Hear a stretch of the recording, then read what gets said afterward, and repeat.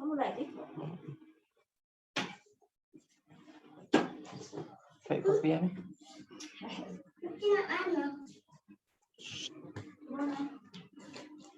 Diam dulu ambil.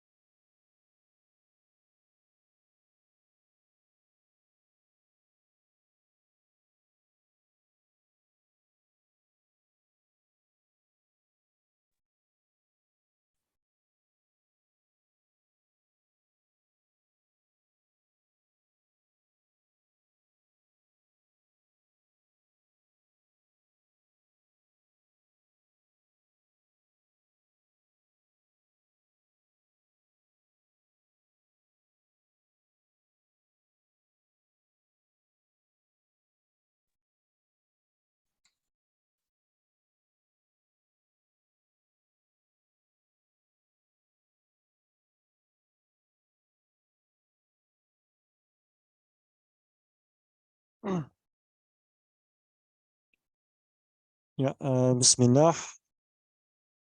Suara saya jelas ya?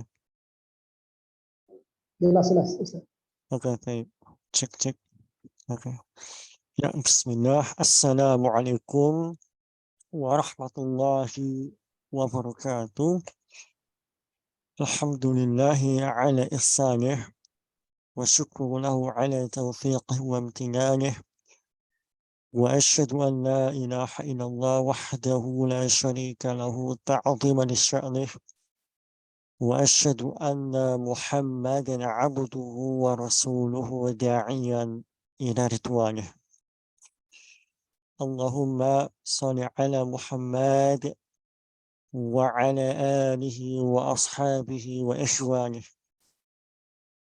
Bapak Ibu sekalian, ikhwan dan akhwat yang saya cintai karena Allah Jalla wa'ala, alhamdulillah telah hadir bersama dengan kita Al-Ustadz Umar Hisham Hafizullah Ta'ala, yang mana insyaallah Ta'ala selama 8 pertemuan ke depannya beliau akan mengajari kita berkenaan dengan kaidah ya membaca Al-Quran yang benar insyaallah Ta'ala. Dan setelah 8 pertemuan selesai, maka insyaallah ada sesi ujian yang mana akan dibantu oleh para musyrif ataupun musyrifah. Semoga Allah Subhanahu wa Ta'ala memberkahi ikhtiar kita dalam mempelajari salah satu ilmu ya Al-Quran. Mungkin sekian sedikit pembukaan dari saya. Selanjutnya kami persilahkan kepada Al-Ustadz untuk menyampaikan pelajarannya insyaallah ta'ala. Tafadhol Ustadz.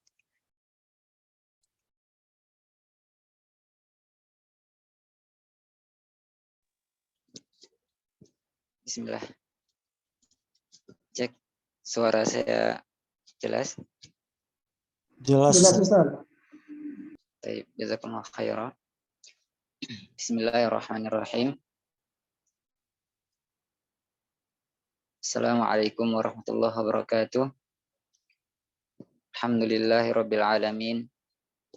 Wassalatu wassalamu ala nabiyyina Muhammadin wa ala alihi wa ashabihi ajma'in wa man tabi'ahum bi ihsanin ila yaumiddin. Amma ba'd. Kawan-kawan sekalian, saudara-saudara semua yang hadir di majelis kali ini, ahlan wa sahlan wa marhaban. Selamat datang dan semoga Allah Subhanahu wa taala merahmati dan memudahkan langkah kita untuk memperbaiki ibadah kita, baik ibadah-ibadah yang umum karena kita diciptakan oleh Allah Subhanahu wa taala di dunia ini untuk beribadah kepadanya, ataupun ibadah-ibadah yang khusus terutama yang berkaitan dengan materi kita kali ini, yaitu membaca Al-Quran, yang itu adalah sebuah ibadah yang sangat agung yang Allah Subhanahu wa taala syariatkan kepada kita dengan tata cara khusus yang tidak sama dengan membaca kitab-kitab lain. Dan Allah Subhanahu wa taala juga memberikan pahala yang besar bagi orang-orang yang berusaha memperbaiki bacaan Al-Qur'annya. Sebagaimana dalam sabda Nabi SAW, al-mahiru bil Qur'an ma'as safaratil kiramil bararah. Orang yang terampil dalam membaca Al-Qur'an, mereka bersama para malaikat yang membawa wahyu yang lagi mulia. Dan ini adalah kedudukan yang sangat tinggi yang perlu kita perjuangkan, yang perlu kita usahakan. Kemudian Rasulullah SAW tidak cukup memberi keutamaan bagi yang sudah mahir saja, yang sudah terampil saja. Bahkan yang masih belajar, yang masih berusaha, ada keutamaannya juga. Ini menunjukkan betapa agungnya ibadah ini. Walladzi yaqra'ul Qur'an wa yatata'ta'u fihi wa huwa 'alaihi syaqun falahu ajran. Dan bagi orang yang dia membaca Al-Qur'an dan terbata-bata, masih berusaha untuk memperbaiki bacaannya dan dia kesusahan dalam memperbaikinya, maka dia pun mendapat 2 pahala. Maka selayaknya bagi kita untuk selalu mengupgrade, untuk memperbaiki bacaan kita. Dan pertama-tama saya berterima kasih jazakumullahu khairan kepada Ustadz Abu Musa dan tim yang telah memberi wadah bagi kita semua untuk saling memberi faedah, untuk saling belajar dan memperbaiki bacaan kita. Dan buku panduan yang kita baca di kesempatan kali ini yaitu buku Al-Itqan yang sudah ada di hadapan teman-teman semua, karya Ustadz Wawan Setiawan. Semuanya sudah ada PDF-nya atau barangkali bahkan sudah ada yang buku cetaknya ya. Dan ini e-book gratis dan bisa didapatkan secara gratis. Memang digratiskan oleh penulisnya dan dirancang untuk pemula dari awal. Dan disusun dengan 7 tahapan. Al-Itqan sendiri, sebagaimana beliau jelaskan, Ustadz Wawan Setiawan, bermakna penguasaan, yaitu bagaimana seseorang itu bisa menguasai bacaan Al-Quran yang benar dan baik, sesuai dengan kaidah-kaidah ilmu tajwid. Dan disusun dengan 7 tahapan. Ini karena setiap tahapan itu akan sangat berpengaruh kepada tahapan setelahnya. Artinya, ketika tahap pertama belum benar, maka dia akan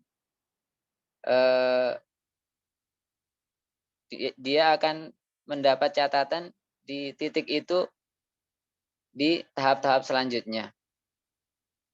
Contohnya misalnya tahap pertama adalah makharijul huruf, tentang huruf-huruf. Jika ada seseorang yang belum selesai dalam tahap makharijul huruf, kemudian lanjut pada sifatul huruf, kemudian lanjut kepada bacaan mad dan seterusnya, maka dia akan tetap mendapat catatan di huruf yang belum dia kuasai. Dan kita hendaknya selalu mengingat bahwasannya hadis tadi yang telah kita baca di awal, bahwasanya kita tidak dituntut untuk selalu jadi orang yang benar-benar perfect gitu ya. Akan tetapi kita juga dapat pahala, juga dapat keutamaan ketika kita berusaha untuk memperbaiki bacaan kita. Baik, itu tadi sedikit mukaddimah tentang kitab ini. Dan insya Allah kita akan baca mukaddimah dari penulis tentang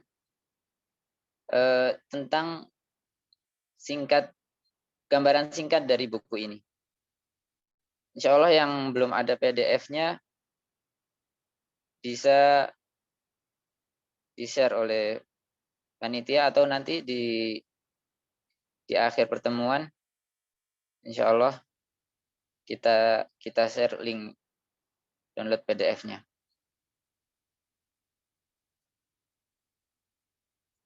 Taib.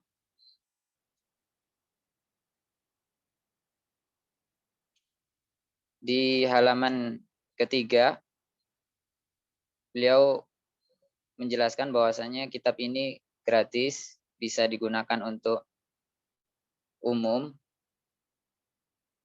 dengan catatan tidak merubah gambar, warna, dan tulisan yang telah beliau gunakan, yang beliau susun, dan tidak diperjualbelikan. Kemudian halaman kelima, beliau memberikan pengantar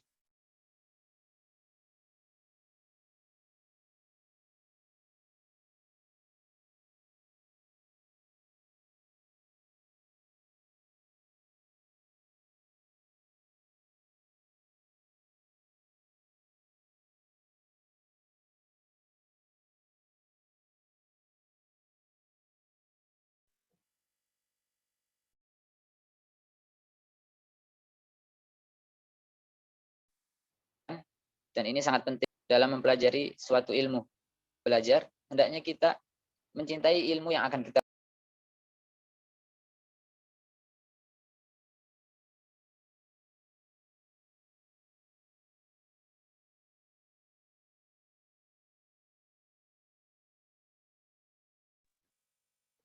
ya, mohon maaf terputus sebentar.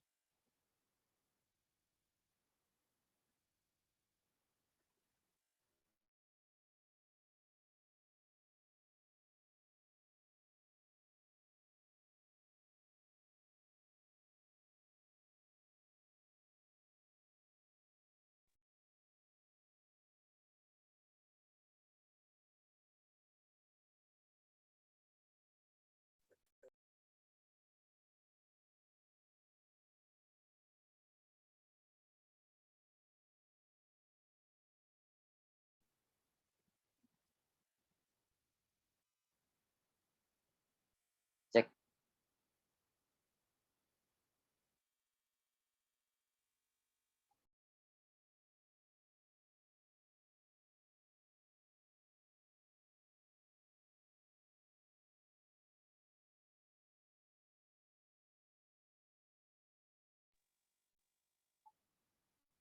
Tes.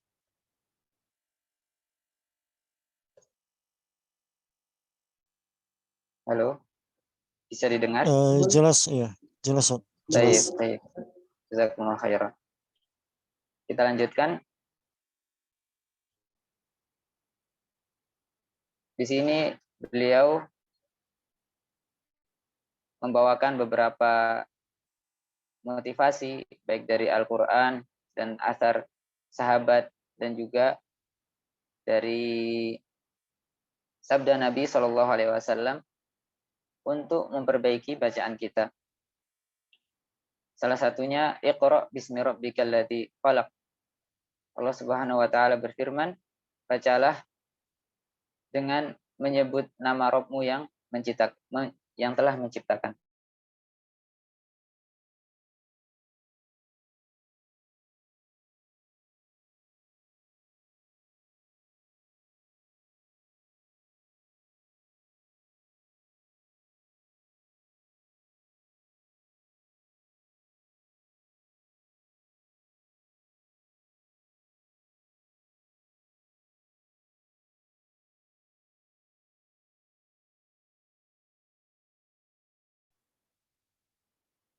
yang Allah Subhanahu wa taala. Terlebih lagi Allah juga berfirman memerintahkan kepada Nabi ketika Allah Subhanahu wa taala menurunkan ayat Al-Qur'an kepada Nabi agar Nabi Shallallahu alaihi wasallam mengikuti bacaannya. Fattabi' Qur'ana. Ikutilah bacaannya. Jadi sekalipun Nabi Shallallahu alaihi wasallam adalah orang Arab, akan tetapi Al-Qur'an memiliki kaidah yang tidak sama seperti keumuman bahasa Arab yang lain. Ada kaidah-kaidah yang harus diikuti. Karena begitulah diturunkan oleh Allah Subhanahu wa taala dengan bacaan tajwidnya, dengan panjang pendeknya, mad dan seterusnya. Tidak sama ketika orang Arab menulis syair misalnya, atau menulis khutbah, atau menulis kitab. Tidak sama dengan Al-Quran. Bahkan Nabi Shallallahu alaihi wasallam diperintahkan untuk mengikuti bacaan Jibril alaihissalam ketika wahyu diturunkan. Dan itu berlanjut sampai generasi setelahnya. Para sahabat diajari oleh Nabi Shallallahu alaihi wasallam. Kemudian para tabi'in ngambil dari para sahabat, tabi'ut tabi'in ngambil dari tabi'in, dan seterusnya sampai imam-imam qiraat, Imam Asim, Imam Nafi', Imam Ibnu Katsir, dan seterusnya, imam-imam qiraah, dan berlanjut dari murid ke murid sampai ke generasi kita. Itulah kenapa dalam belajar Al-Quran ada sanadnya, ada silsilah pengambilan sanad dari guru ke guru dan seterusnya sampai Nabi Shallallahu alaihi wasallam. Dan itu terjaga sampai hari ini. Dan ini termasuk penjagaan Allah Subhanahu wa taala dengan Al-Qur'an. Karena Allah Subhanahu wa taala berjanji, "Inna nahnu nazzalna dzikra wa inna lahu lahafizun." Bahwasanya kami yang menurunkan Al-Qur'an dan kami yang menjaganya. Jadi tidak semata-mata orang bisa baca sekehendak hatinya.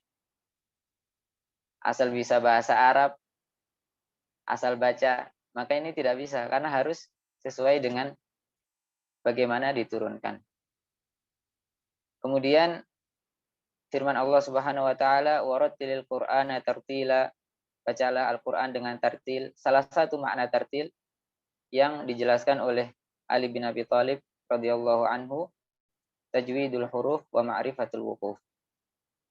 Ini perintah bagi kita untuk mentajwidkan huruf-huruf Al-Qur'an dan mengetahui tempat-tempat waqaf dan ibtida, berhenti, di mana kita berhenti, di mana kita memulai.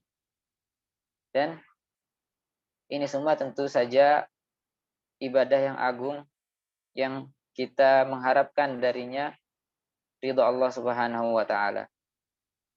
Kemudian sabda Nabi sallallahu alaihi wasallam, "Innallaha yuhibbu ay yuqra'al Qur'an waddan kama unzil." Allah Subhanahu wa taala cinta apabila Al-Qur'an dibaca sebagaimana ketika diturunkan. Tentu saja sebagai gambaran misalnya ada seorang presiden misal membacakan sebuah puisi yang dikarangnya. Kemudian tiba-tiba ada yang mengikutinya. Apakah presiden itu ridho jika puisinya dibaca dengan asal-asalan, misal, atau malah dipermainkan nadanya dengan tidak pantas? Tentu saja tidak ridho. Apalagi Al-Quran yang mulia. Maka tidak pantas bagi kita untuk membacanya dengan asal-asalan. setidaknya kita berusaha untuk memperbaiki. Karena ini adalah firman Allah Subhanahu wa taala. Kita harus merasakan atau menjiwai bahwasanya Al-Qur'an ini adalah firman dari yang menciptakan kita. Maka dengan itu akan menumbuhkan motivasi bagi kita untuk memperbaiki bacaan kita. Kemudian beliau membawakan bait atau syair dari Imam Ibnu Jazari. Ini adalah salah satu imam yang sangat menonjol di bidang ilmu tajwid dan ilmu qiraat. Wal akhdhu bit tajwidi hatmun lazimu man lam yujawwidil qur'ana athim. Dan membaca Al-Qur'an itu hukumnya wajib. Wajib artinya apa? Jika ditinggalkan maka berdosa. Tentu saja ini ada perinciannya. Beberapa hukum wajib karena jika ditinggalkan maka akan merubah makna. Dan beberapa hukum lain sifatnya adalah memperindah bacaan. Memperindah bacaan. Tentu saja bukan berarti itu diremehkan. Karena kita berusaha untuk membaca Al-Quran sebagaimana diturunkan. Taib. Kemudian di bawah ada catatan penting. Ada catatan penting yang penulis tambahkan, yaitu buku ini dibuat dengan target yang tinggi. Maksudnya apa nih? Target yang tinggi. Agar bisa membaca Al-Quran dengan lancar dan benar, serta tidak terjatuh dalam kesalahan yang jelas dan yang samar, lahnul jali atau lahnul khafi.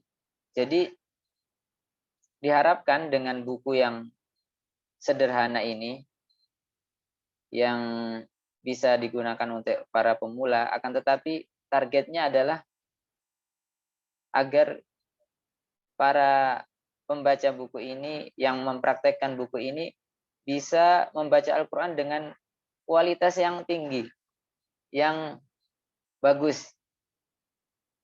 Tidak cukup selamat dari kesalahan-kesalahan yang benar-benar jelas. Bahkan kesalahan-kesalahan yang kecil, yang samar pun dia selamat darinya. Dan bahkan bisa menularkannya, mengajarkannya kepada orang-orang di sekitarnya. Sebagaimana yang dituliskan oleh penulis, sehingga bisa ditularkan kepada yang lain. Kemudian ini ada beberapa catatan tahap-tahap yang beliau gunakan. Yang pertama, mempelajari huruf hijaiyah sesuai tempat keluarnya, yaitu tempat mengucapkannya. Karena huruf-huruf diucapkan dari organ-organ tertentu, dari organ pengucapan, sehingga bisa menghasilkan suara yang pas. Dengan kita mengetahui tempat pengucapannya, kita bisa lebih mudah untuk meraba-raba bagaimana kita mengucapkannya. Terlebih lagi, setelah kita mengetahui, kemudian kita mendengarkan contohnya. Maka dengan itu diharapkan bisa dengan cepat memperbaiki bacaan kita. Dan tahapan-tahapan selanjutnya yang insya Allah kita akan lalui semua di program ini. Dan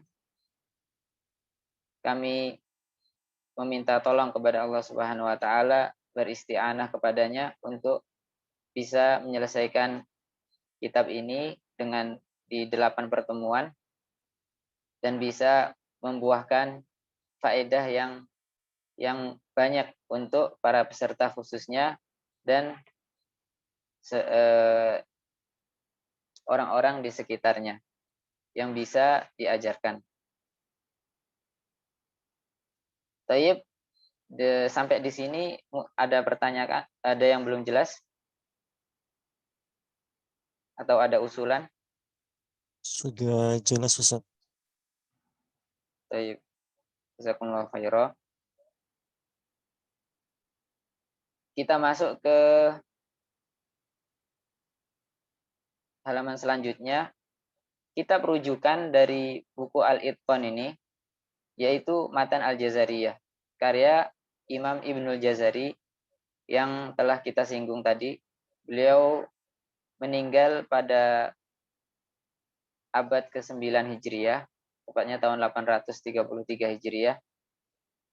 Dan matan ini sangat populer di kalangan pondok-pondok pesantren di seluruh dunia, bahkan di Saudi sini juga digunakan, bahkan sampai di jenjang kuliah.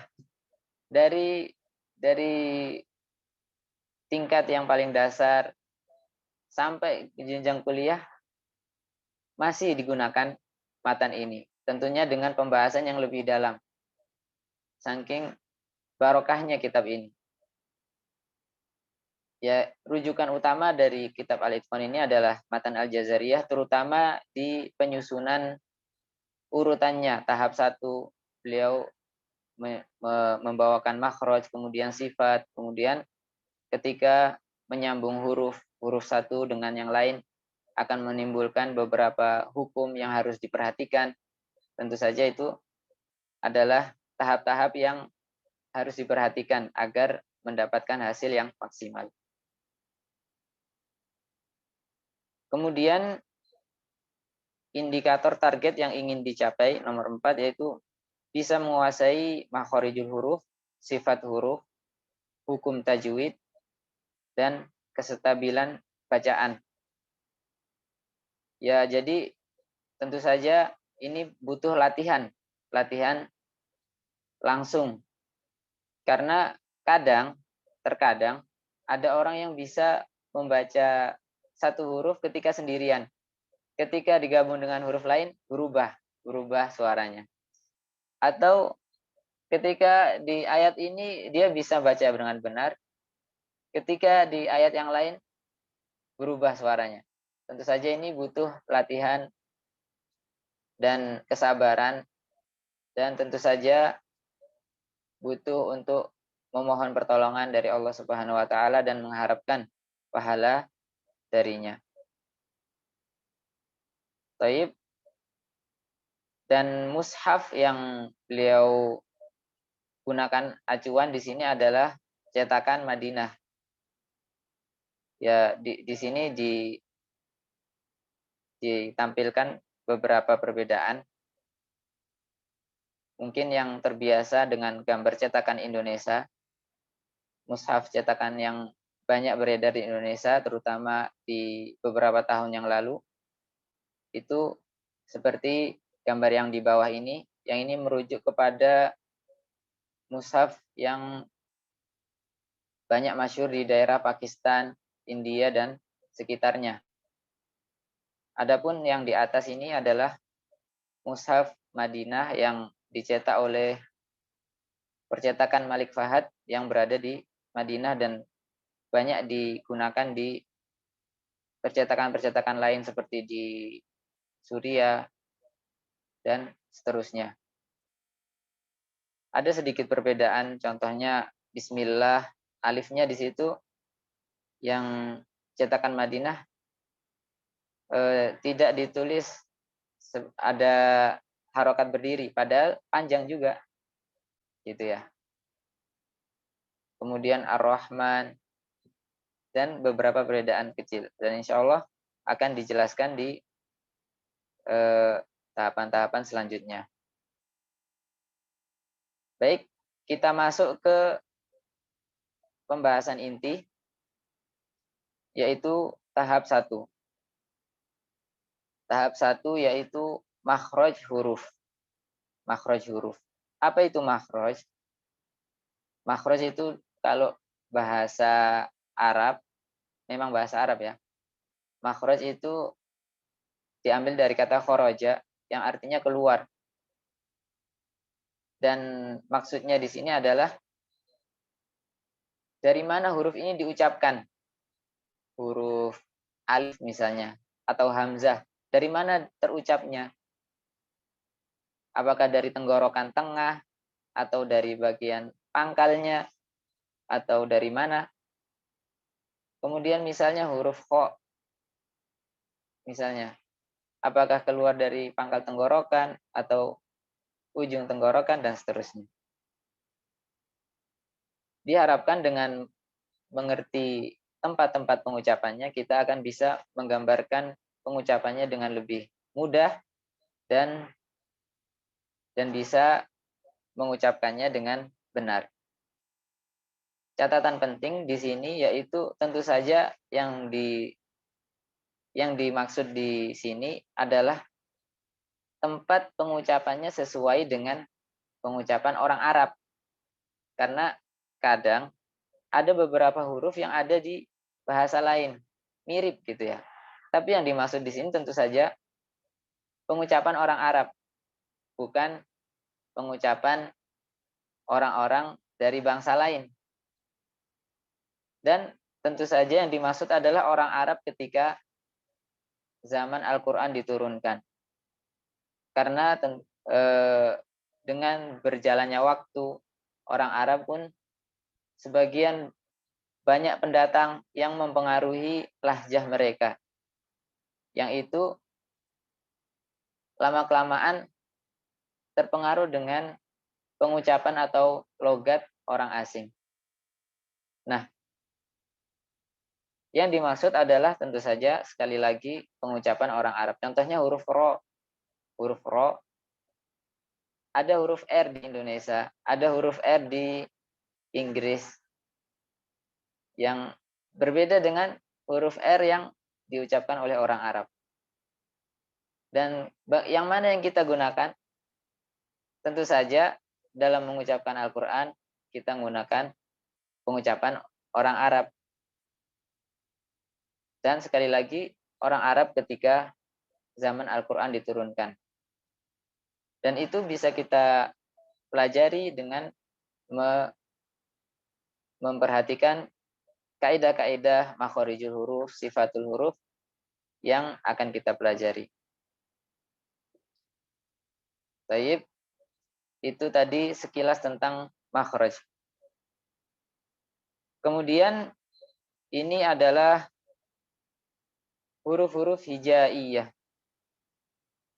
yang itu adalah bagian terkecil dari bacaan Al-Quran, yaitu huruf.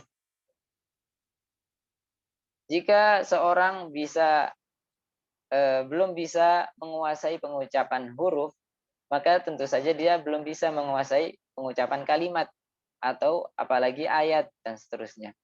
Jadi dimulai dari bagian terkecil dulu, bagaimana kita bisa menguasainya, dan bagaimana kita bisa menggabung antara satu huruf dengan yang lain dengan bacaan yang benar.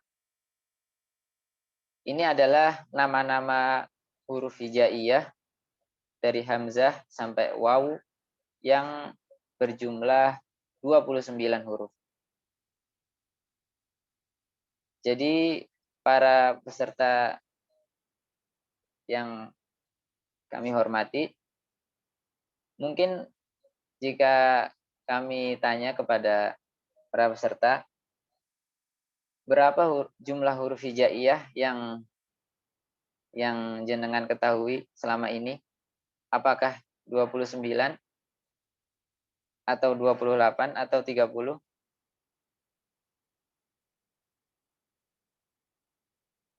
Ada yang bersedia berbagi? Baik. Insya Allah akan dijelaskan bahwasannya jumlah huruf hijaiyah itu ada 29. 29. Baik. Ada yang mengatakan 27. Nah, jadi untuk menyingkat waktu, huruf hijaiyah di sini ada di catatan nomor 2 dari bawah. Huruf hijaiyah jumlahnya ada 29. 29 huruf. Ini adalah yang disebutkan oleh para ulama tajwid, yaitu dengan pengucapannya. Dengan pengucapannya. Jadi ada 28, jika ada yang mengatakan 28, maka dia akan menghilangkan huruf alif. Ya, jadi alif yang di awal itu hamzah apa alif sebenarnya? Hamzah. Kalau alif, nah, taib. Jazakumullah khairah. Jadi kenapa dia dikatakan hamzah? Karena dia menerima harokat. Sedangkan alif adalah tidak bisa dikasih harokat. Nah, taib. Nah, alifnya mana? Sedangkan alif ini adalah huruf yang juga termasuk huruf-huruf hijaiyah. Jika yang awal itu hamzah, maka alifnya mana? Ada yang bisa jawab? Tafadhol. Lam alif, Ustaz. Nah, lam alif. Taib. Kenapa kok diberi tambahan lam? Padahal lam sudah ada sendiri setelah huruf kaf. Qaf, kaf, lam. Di sini beliau menyebutkan, baik, karena alif ini tidak bisa menerima harokat. Dia harus dikasih temen, dikasih awalan dengan huruf lain. Nah, lam itu sering sekali ditemani dengan alif dalam awal-awal isim-isim yang berawalan alif lam. Misalnya al-kitabu, al-qalamu. Nah, karena lam di situ dia nggak bisa diucapkan karena dia sukun. Kemudian ditambah alif, yaitu hamzah wasol, agar bisa diucapkan al-qalam, al-kitab. Tanpa alif kita nggak bisa mengucapkan lamnya karena dia sukun. Nah, gantian ketika saat ini alif dia sendiri dan butuh ditemani, maka yang paling pantas menemani huruf alif adalah huruf lam. Maka dipilihlah lam untuk menemani huruf alif. Maka yang paling tepat jumlah huruf hijaiyah adalah 29. Ada yang mengatakan 30. Nah, yang 30 yaitu dengan menambah hamzah sendiri lagi. Jadi yang depan ada alif, kemudian ada lam alif, kemudian ada hamzah lagi. Padahal yang sebenarnya alif yang di depan itu adalah hamzah. Jadi cukup kita mengatakan 29 huruf karena yang awal adalah hamzah. Taib, itu tadi tentang jumlah-jumlah huruf hijaiyah. Taib, ini ada bentuk-bentuk huruf hijaiyah. Tentu saja ini bagi yang belum bisa membaca bahasa Arab sama sekali. Bagaimana bentuk alif ketika di tengah, di akhir. Tentu saja alif hanya ada di awal dan akhir kalimat. Kemudian huruf ba ada yang di awal, di tengah, dan akhir. Dan seterusnya hingga huruf ya. Dan insya Allah ini akan dipraktekkan ketika sesi praktek dengan para musyrif dan musyrifah lebih dalam lagi untuk praktek bacaan kalimat per kalimat, huruf per huruf dari sisi tulisan insyaallah taala. Kemudian kita masuk ke fathah. Jadi kembali ke awal tadi kita pada pembahasan makhorijul huruf, tempat pengucapan huruf. Nah, ketika kita mengucapkan huruf, kita sejatinya adalah mengucapkan huruf tersebut plus mengucapkan harokatnya. Jadi ini perlu dipahami baik-baik bahwasannya tidak cukup kita bisa mengucapkan huruf dengan benar jika huruf itu berharokat, kecuali kita bisa mengucapkan harokatnya juga dengan benar. Dan harokat dalam bahasa Arab ada 3, fathah, dan kasroh, dan dhammah. Adapun sukun adalah sebenarnya bukan termasuk harokat, karena sukun adalah tidak adanya harokat pada huruf tersebut. Jadi ketika kita mengucapkan huruf mim berharokat fathah, maka kita harus membuka rahang mulut kita sewajarnya. Jadi bukan terlalu besar a atau bahkan atau sebaliknya tidak dibuka maliki yaumiddin, maka akan kurang huruf yang terucap, kurang sempurna karena harokatnya tidak sempurna. Dan fathah ini juga identik dengan setiap bahasa pasti ada huruf A ya. Di Indonesia ada huruf A, di Indonesia ada fathah, huruf vokalnya ada A, di Arab ada juga huruf A, dan seterusnya. Bagaimana kita mengucapkan fathah yang benar? Tentu saja dengan mengikuti kaidah bahasa Arab, yaitu dengan membuka mulut sewajarnya dan posisi lidah. Ini tambahan catatan, yaitu posisi lidah di posisi standar. Maksudnya standar, nggak naik, nggak turun, nggak berubah dari posisi asal gitu ya. Semoga bisa dipahami. Jadi dengan membuka rahang a, ma, gitu ya, tanpa menaikkan lidah bagian belakang atau depan. Jadi misalnya mo atau ma terlalu terbuka atau condong ke kasroh sehingga mirip dengan maliki dan seterusnya. Ini mempengaruhi kesempurnaan harokat. Baik. Itu tadi tentang harokat fathah.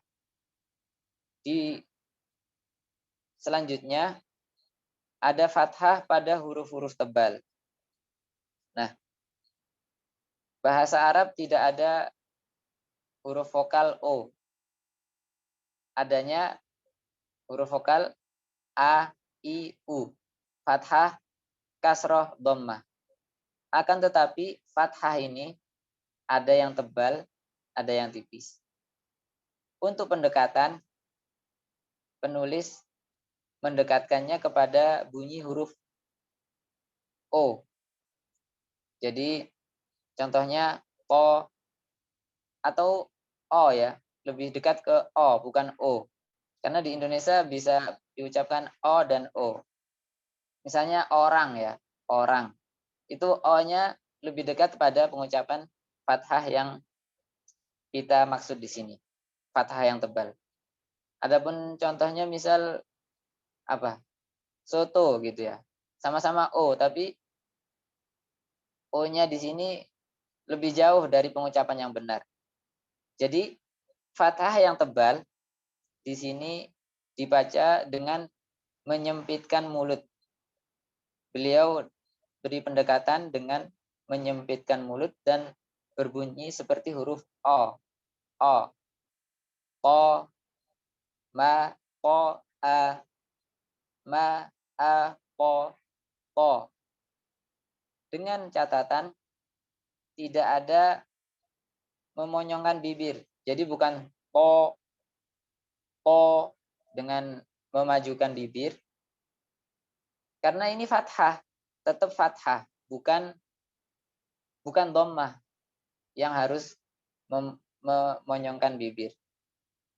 Jadi itu tadi pembahasan tentang fathah, baik yang tipis dan yang tebal. Insya Allah di pembahasan sifatul huruf nanti insya Allah kita akan membahas lagi tentang tebal dan tipisnya huruf yang berkaitan erat dengan fathah ini.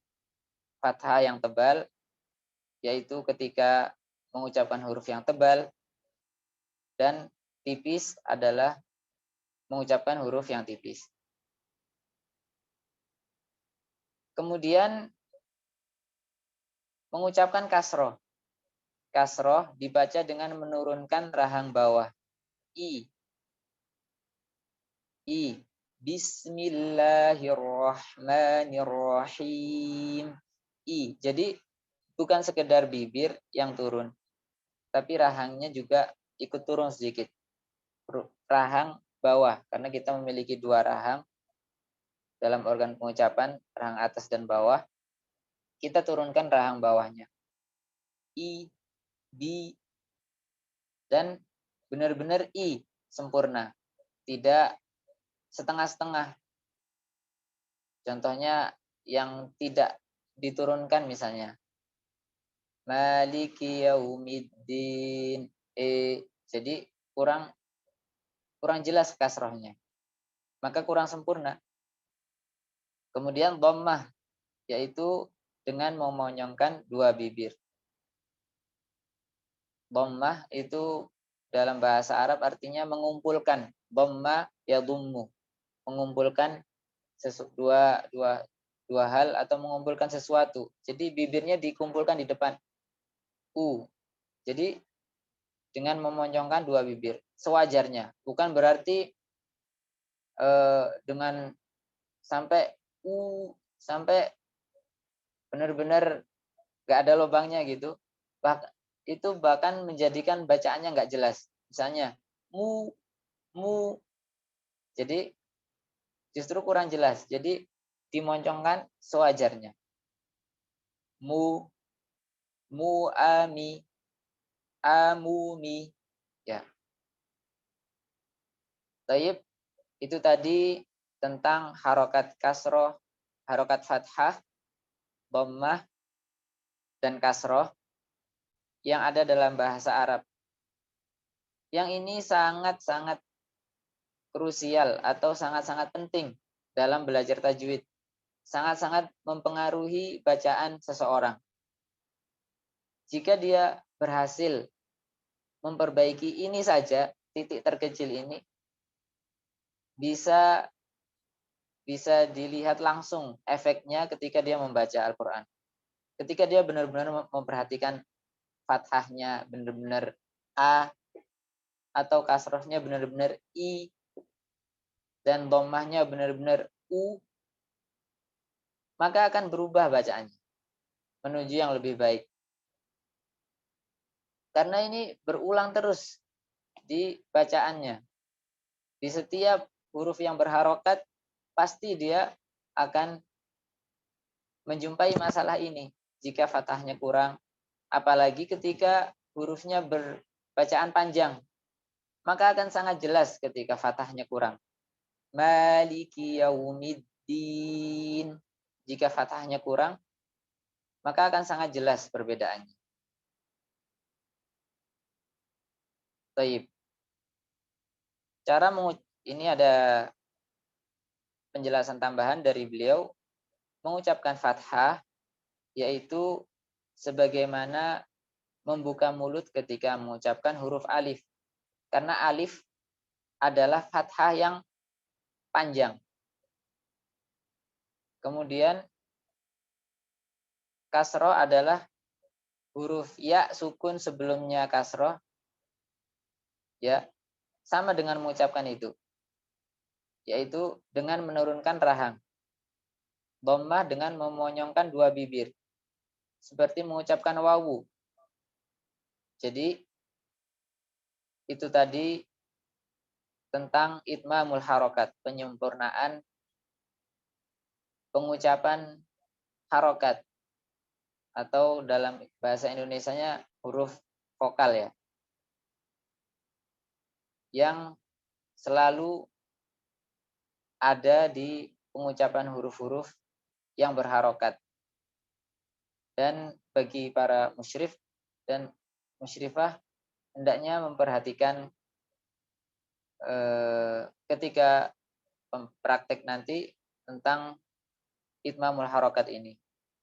Bagaimana mengucapkan fathah yang benar, kasrah yang benar, dan dhammah yang benar.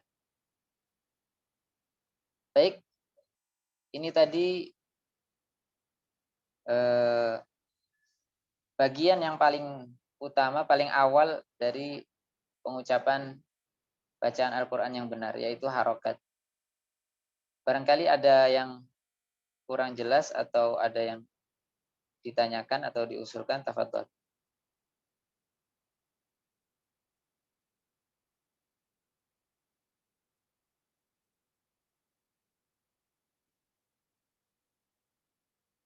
Silakan ikhwan atau akhwat yang ingin bertanya, silakan. Kalau tidak ada mungkin bisa dilanjut Ustaz. Baik. Kita lanjutkan ke makhraj atau tempat pengucapan huruf hamzah dan ha. Huruf hamzah dan ha. Huruf-huruf hijaiyah yang kita sebutkan tadi ada 29. Itu ketika pengucapan pembahasan makhorijul huruf, tempat keluarnya urutannya berbeda. Enggak kayak alif, ba, ta, sa. Ada yang tahu sebabnya dari para peserta? Kok enggak sama gitu urutannya? Kenapa enggak alif dulu, ba, ta, sa? Ya. Sesuai makhrajnya huruf. Sesuai di mana keluar tempat yang Taib. Barakallahu fikum. Karena sesuai dengan makhorijul hurufnya. Begitu ya. Karena dimulai dari organ pengucapan yang paling dalam dulu, yaitu tenggorokan. Kemudian naik ke lidah dan mulut dan seterusnya. Jadi dimulai dari organ pengucapannya. Adapun tadi yang alif, ba, ta, sa dan urutan yang tadi itu diurutkan sesuai dengan tulisannya, dengan kemiripannya. Ba, ta, sa, yang mirip-mirip disamakan, diurutkan di urutan yang sama gitu ya. Berbeda dengan ketika membahas makhorijul huruf. Nah, kita mulai dari yang paling dalam, yaitu huruf ha dan hamzah. Dari tenggorokan bagian bawah. Artinya bawah adalah pangkal tenggorokan. Yang itu adalah bagian pita suara. Jadi bagi yang tahu bagaimana bentuk organ pita suara kita, maka dia bisa menggambarkan dengan jelas bagaimana pengucapan huruf ha dan hamzah ini. Mungkin kita bisa sedikit loncat ke bagian gambar makhorijul huruf yang beliau sertakan di halaman 143. Jadi agar lebih jelas pembahasan kita kali ini, yaitu hamzah dan ha ini keluar dari tenggorokan bagian bawah. Nah, yang lingkaran di atas itu menggambarkan pita suara kita, ada 2 pita suara yang tertutup ketika pengucapan huruf hamzah. Dan ada pita suara yang terbuka ketika mengucapkan huruf ha. Baik. Karena ketika mengucapkan huruf hamzah, maka pita suara kita tertutup rapat.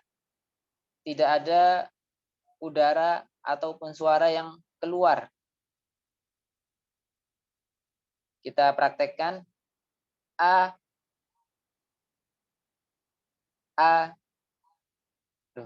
Itu ada keluar suaranya. Jadi maksudnya gimana? Jadi yang dimaksud adalah ketika awal pengucapannya, yaitu ketika awal pengucapan sebelum kita mengucapkan harokatnya. Kita ingat kembali, ketika kita mengucapkan huruf, kita mengucapkan huruf tersebut plus harokatnya. Jadi ketika mengucapkan huruf, itulah yang dibahas dalam pembahasan kita kali ini. Ya. Dan akan lebih jelas ketika kita mensukun huruf tersebut. Contohnya kita ucapkan misalnya as-sama, berhenti. As-sama. Ya. Ketika mengucapkan hamzah sukun, maka 2 pita suara tertutup dengan rapat. Adapun ha sama terucap dari pita suara, akan tetapi gerakannya berbeda. Ha ini pita suara terbuka sebagian. Jadi tidak terbuka dengan lebar full dan juga tidak tertutup seperti hamzah. Jadi alhamdulillahi rabbil alamin. Ha, hi, hu. Jika kita menutup rapat, maka jadinya hamzah. A. Jika kita membuka pita suara dengan lebar, maka yang terucap adalah hembusan nafas tanpa ada suara yang jelas. Contohnya, lillah, lillah. Jadi benar-benar mengeluarkan nafas gitu aja, tanpa ada suara haknya. Jadi yang benar adalah kita membuka pita suara sebagian. Lillah, lillah. Jadi alhamdulillah. Gitu ya. Itu tadi tentang pengucapan huruf hamzah dan ha. Taib. Tidak terasa waktu sudah menunjukkan pukul 10 malam ya di Indonesia. Atau jam 6 di sini. Maka mungkin kita lanjutkan pelajaran selanjutnya di hari esok biidznillah ta'ala. Jika ada yang perlu disampaikan atau ditanyakan, tafadhol. Dan sekali lagi ini buku ini tidak diperuntukkan untuk mendetailkan tentang materi dengan penjelasan yang mendalam, akan tetapi untuk ditujukan agar bisa menguasai membaca Al-Quran secara praktek dengan benar, dengan mensederhanakan materinya, kemudian memperbanyak prakteknya dengan harapan bisa digunakan untuk segala kalangan, bukan untuk yang berniat untuk mendalami ilmu tajwid ini dengan tingkatan yang selanjutnya. Akan tetapi memiliki target yang tinggi, dengan artian bukan sekedar selamat dari kesalahan ringan saja, kesalahan berat saja, akan tetapi kesalahan ringan juga bisa terminimalisir dengan membaca kitab ini dan mempraktekannya. Baik, itu saja yang kami bisa sampaikan di kesempatan kali ini. Wallahu a'lam bishawab. Jika ada yang kurang, kami mohon maaf. Dan insya Allah kita bertemu lagi di pertemuan selanjutnya dengan pembahasan selanjutnya. Subhanakallahumma bihamdika asyhadu an la ilaha illa anta astaghfiruka wa atubu ilaik. Kami kembalikan ke Ustaz. Baik.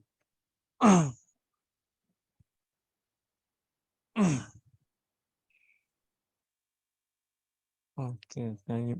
Jazakumullah khairan ya Ustaz Umar Syam. Insyaallah Bapak Ibu sekalian, ikhwan dan akhwat yang saya cintai karena Allah Jalla wa'ala, insyaallah kita akan berjumpa kembali esok di jam yang sama, dan semoga Bapak Ibu sekalian ya, kita bersama-sama bisa istiqamah sampai dengan pertemuan yang terakhir. Sekian dari kami. Assalamualaikum warahmatullahi wabarakatuh. Ya, Waalaikumsalam. Jazakallahu khairan.